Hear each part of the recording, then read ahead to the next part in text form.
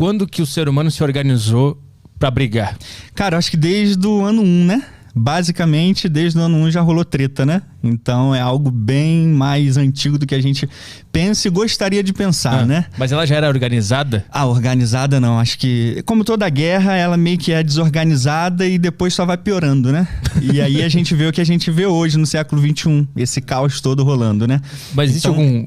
É bem ruim, bem ruim. Sempre foi ruim, sempre vai ser ruim. Mas tem algum registro que a gente sabe quando que a humanidade começou a organizar o exército e ter estratégia? Porque eu imagino que até o momento era só soco desorganizado. É muito complicado, principalmente quando a gente lida com história da guerra, a gente saber exatamente qual era a cronologia em relação a, por exemplo, tratados, né?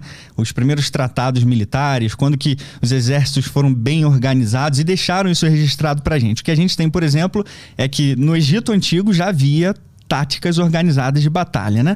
Se você for, por exemplo, para a Babilônia também, você tem registros ali dos povos da Mesopotâmia já engajados em conflitos mais organizados, né? Com rankings e tudo mais.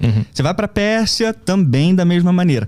E aí, quando a gente vai para a Grécia, então é que a gente basicamente tem o ápice aí da organização militar registrada, né? Que aí a gente tem os registros históricos, tipo a Ilíada, a Odisseia, né? Então a gente já vê tudo já colocado na ponta do lápis, né?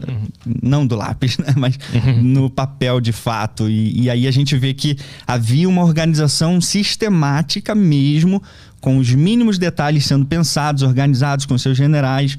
Então, basicamente, da Grécia em diante, a gente tem assim, o estado da arte da guerra consolidado mesmo, né? E a evolução da guerra, ela tem alguma coisa a ver com a evolução da inteligência humana?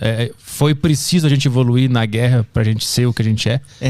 Tem muito a ver, sem dúvida. Porque a guerra nada mais é, como a gente falou, né, ainda há pouco, faz parte da ciência humana, ciência social, né? Então, quando você pensa em conflito, a partir do momento que ele se organizou, como a gente falou agora, você tem uma estratégia pensada para lidar com a guerra, né? Então, você tem desenvolvimento de novas tecnologias, armaduras, equipamentos. Então, todo mundo que estava engajado em guerras, de alguma maneira, tinha uma evolução, tinha um pensamento já sistematizado e só foi evoluindo de fato, né? A ser o que é hoje no século XXI.